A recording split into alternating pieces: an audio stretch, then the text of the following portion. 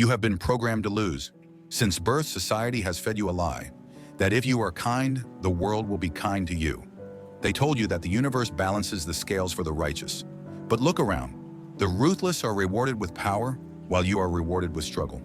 You are holding the door open for men who would not hesitate to step over your body. There is a dark truth civilized society hides.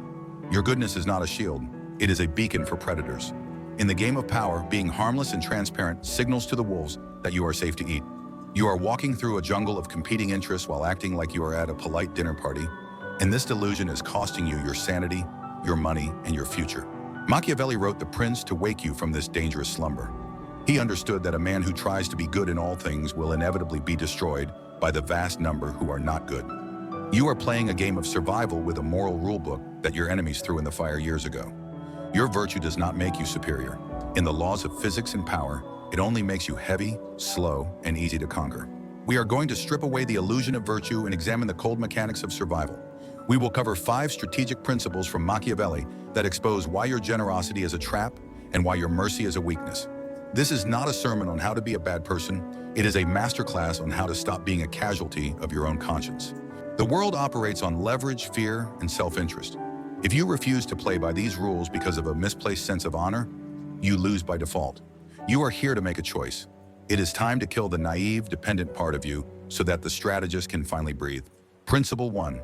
The trap of generosity. You have likely been taught that generosity is the ultimate virtue. You believe that giving your time and resources freely will build a reservoir of goodwill that you can draw upon later. Machiavelli shattered this illusion centuries ago by explaining that there is nothing so self-consuming as generosity. The more you practice it, the less you are able to practice it. When you give everything away, your attention, your validation, your labor, you deplete your own resources until you are empty. An empty ruler is despised, not pitied. You become a shell of a man, stripped of the very assets that gave you influence in the first place, leaving you vulnerable to the very people you helped. Visual prompt. The problem with being known as the generous one is that you attract parasites who do not love you for who you are. They love you for what you provide. Their appetite is insatiable, and you are the one feeding the beast that will eventually bite you. You create a dynamic of entitlement where your sacrifice becomes their baseline expectation. The moment you stop giving, you are not thanked for the years of support. You are hated for the sudden refusal. By trying to buy loyalty with gifts and favors, you are actually financing your own inevitable betrayal because you are building relationships based on transaction, not respect. True power comes from the careful accumulation of resources, not the reckless distribution of them to people who haven't earned them. When you are always available and always giving, you cheapen your value. You become like the air, essential perhaps, but completely ignored until you're gone. You must learn to be stingy with your presence and calculated with your rewards. A favor earned is valued 100 times more than a favor given freely. If you want to be respected, you must close your hand and make people work to pry it open, because humans psychologically undervalue anything that comes without a price tag. You have been bankrupting yourself emotionally and financially to please people who would step over your body to get to the next opportunity. Stop trying to purchase affection with your energy. Hoard your power, build your empire, and let them come to you for the scraps. Principle 2. The Fetters of Obligation. There is an eternal debate in the minds of men about whether it is better to be loved or feared, and most decent people desperately want to be loved. You bend over backward to be the nice guy, avoiding conflict and swallowing disrespect because you believe that if people like you, they will never hurt you. Machiavelli answers this with the cold logic of a surgeon.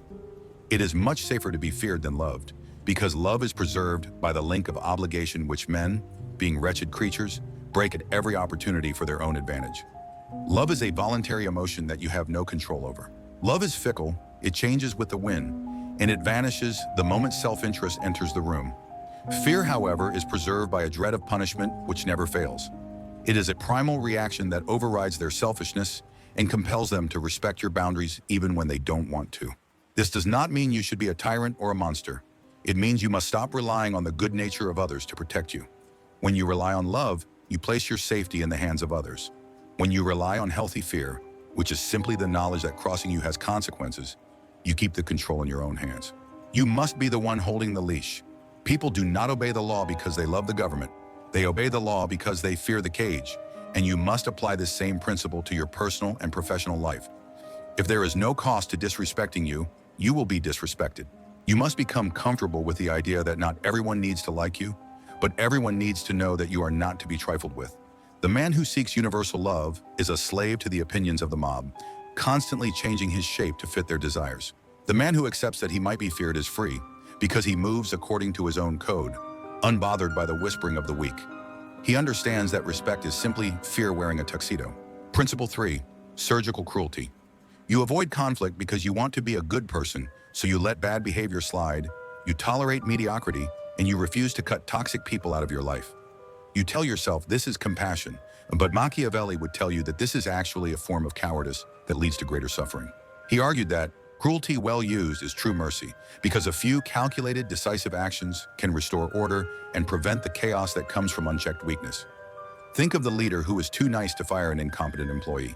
He thinks he is being kind to one person, but he is actually being cruel to the entire team who has to pick up the slack. By refusing to make the hard cut, you allow the infection to spread until it destroys the entire organism, and that blood is on your hands. True goodness requires the strength to inflict necessary pain, to fire the employee, to break up with the partner, to cut off the family member in order to save the future. When you have to deliver a blow, you must do it like a master executioner, all at once, severe and final, so that there is no time for resentment to fester. Do not drag out the pain with half measures and passive-aggressive hints. Strike hard so that the lesson is learned and the chapter is closed. The world respects the man who has the stomach to do what is necessary, even if it is unpleasant, because they know that he values standards over feelings. Compassion without a sword is just a suggestion. You need the capacity for ruthlessness to give your kindness any real meaning. If you are incapable of being dangerous, your kindness is not a virtue, it is merely a lack of options. You must act as the surgeon who cuts the flesh not to hurt the patient, but to remove the cancer that threatens to kill them. Be the surgeon or be the victim of the disease. Principle 4. The mask of the fox. You were raised on the maxim that honesty is the best policy, and you walk through the world with your heart on your sleeve, telling everyone your plans, your fears, and your weaknesses. Machiavelli laughs at this transparency, arguing that a prince must be a centaur, half man, half beast, incorporating the strength of the lion and the cunning of the fox. The lion can fight off the wolves, but he cannot spot the traps. The fox can spot the traps, but he cannot fight the wolves. You must be both. Those who only act like the lion are stupid, but those who act like the saint are suicidal because they assume everyone else is playing by the same moral rulebook. You must learn to dissemble, to hide your true intentions behind a veil of agreeable silence, and to appear to be exactly what people want to see. Machiavelli wrote that you do not need to have all the virtues, but you must appear to have them. You must seem merciful, faithful, humane, and religious, but your mind must be ready to be the opposite if the situation demands it. The world judges by your eyes, not your hands. Everyone sees what you appear to be, but few experience who you really are, and those few will not dare to oppose the opinion of the many.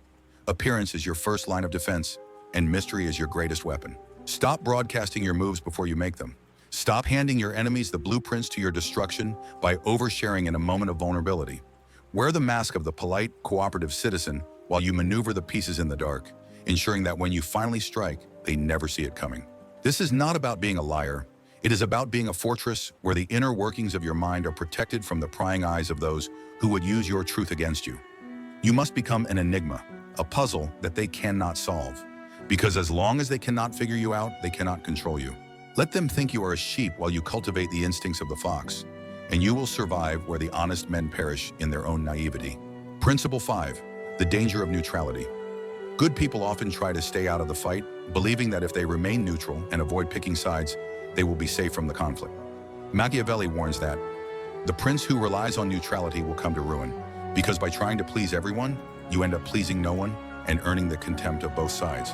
When you refuse to take a stand, the winner will despise you because you didn't help them when they needed it, and the loser will despise you because you didn't save them from defeat. Neutrality is often just a mask for indecision and fear. It is the hope that you can float through life without ever making an enemy, but this is a fantasy. In the real world, conflict is unavoidable, and the man who stands for nothing will eventually fall for anything or be swept away by the currents of stronger men. You must have the courage to declare your position, to choose your allies, and to commit to the battle, even if it brings heat to your door. The world respects a man who stands for something, even if they hate him for it. They have zero respect for the coward who waits to see which way the wind blows before raising a flag. By declaring your allegiance, you create a bond of loyalty with your allies. By remaining neutral, you isolate yourself, becoming easy prey for whoever decides to take you. Goodness often masquerades as being above the fray, but in reality, it is usually just a lack of spine. You must become a force of gravity, pulling people toward your cause and repelling those who oppose it, rather than a leaf blowing in the wind. Principle 6. The architecture of exploitation. You need to understand the mechanics of how you are being used, because the people exploiting you are often the ones smiling the widest. They weaponize your own identity against you, using phrases like, "I thought you were a good person," or "be the bigger man," to shame you into submission. These are not moral arguments. They are compliance tactics designed to leverage your desire for validation to get you to act against your own self-interest. The moment someone appeals to your morality to get something for free, you are in a negotiation and you are losing it. These are not moral arguments. They are compliance tactics designed to leverage your desire for validation to get you to act against your own self-interest. The moment someone appeals to your morality to get something for free, you are in a negotiation and you are losing it. They know that you fear being seen as selfish, so they paint your boundaries as selfishness and your self-respect as arrogance. You must learn to recognize this linguistic trap and step over it without guilt, realizing that their disappointment is not your responsibility.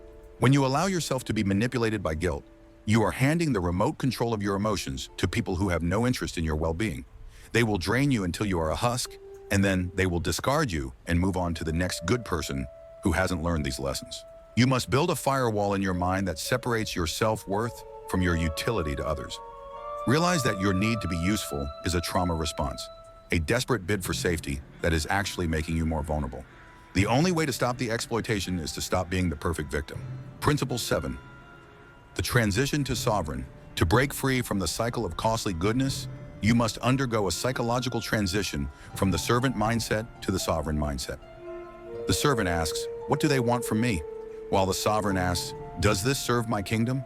You must begin to view your life as a territory that must be defended, governed, and expanded, rather than a public park where anyone can walk through and leave their trash. This requires a fundamental shift in how you view time. You must stop treating your time as an infinite resource that can be given away to anyone who asks. You must start treating it like the treasury of a nation, guarded, accounted for, and only spent on things that bring a return on investment. The sovereign does not explain his decrees, he executes them, and he does not apologize for protecting the borders of his own mental state. You will feel resistance when you start this transition. People will call you cold, they will say you have changed, and they will try to pull you back into the old dynamic. This is the friction of growth. It is the sound of chains breaking, and you must learn to enjoy the sound. You are building a version of yourself that is immune to manipulation, a version that operates on logic and strategy rather than guilt and impulse. You are reclaiming the throne of your own mind. Conclusion. The final choice. You have a choice to make today that will define the trajectory of the rest of your life. You can continue to be the good, harmless, transparent sheep that society trained you to be, getting shorn and slaughtered by the wolves who run the world. You can keep apologizing for your existence, buying affection with your resources, and hoping that one day your niceness will be recognized as a currency. But that day will never come. Or you can wake up. You can realize that true goodness requires the power to enforce it, and that you cannot protect anyone, not your family, not your children, not yourself, if you are weak. Machiavelli didn't teach evil, he taught effectiveness. He proved that if you want to survive in a violent world, you cannot merely be a saint, you must become a warrior. Stop apologizing for your strength, stop fearing the label of cold, and start building the kind of authority that commands respect without saying a word. The cost of your naive goodness is your power, and the price is too high to pay any longer. Be the fox, be the lion, and let the world adjust to you.